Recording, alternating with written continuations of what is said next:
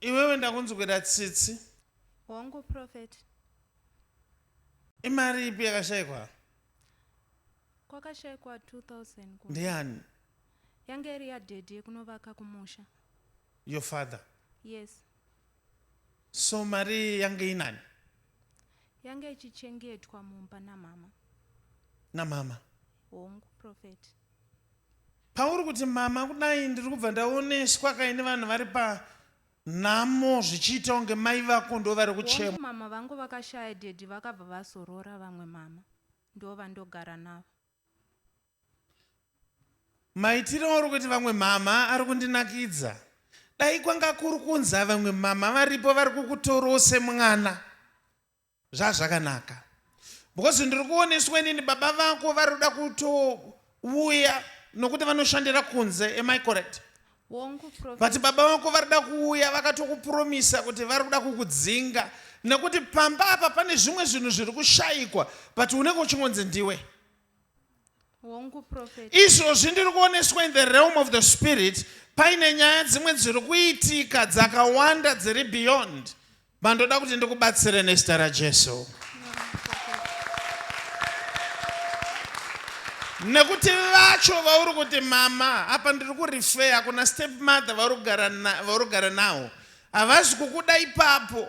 Ndo vacho vandiri kuoneswa in the realm of the spirit ndo vaipiwa mari vachichengeta but ndo vari kutorera mari murume kureva baba vako iwe. Izvo zvikutaura kwandiri kuita mai vako ivambo vauri kugara navo vane kwavari kutovakisa stendi yavo isingazikanwe nadedhi vako iwe. Prophet apa daddy varida kutouya uzondidzinga. Havachatokudzinga nokuti zviramba nezita raJesu.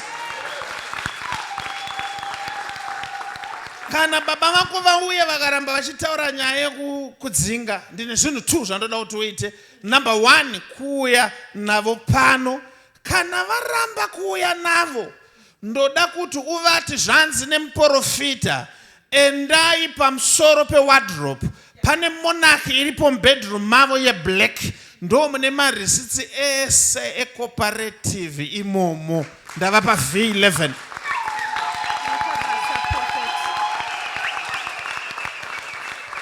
Ndine dambudziko nevanhu vanoda kutsvagira vanhu nyaya vasina mhosva.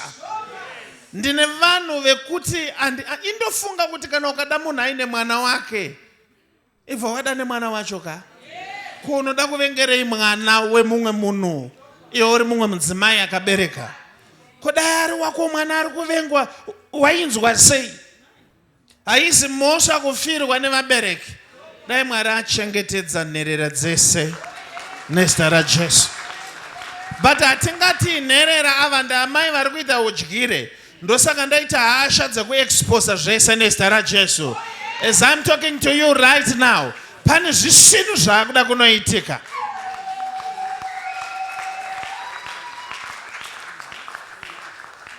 Ivo vanofunga kuti baba ava vanokuda kudarika vamwe vana vavo, but hazvisirizvo. Asi ndadzina Jehovha baba vako mushure mekunge nyaya dzabuda dzese idzi vachanogara newe kuSouth Africa ikoko. Ndai munogara Basasta. Spiritual Spectacles Nights, Pungwe na Prophet T Freddy, their Goodness and Mercy Ministries. neMastepmother Friday, 29 August 2025 by Goodness and Mercy Ministries. Kona High Glen Road na Mushaabande Road, Glenora B, Harare.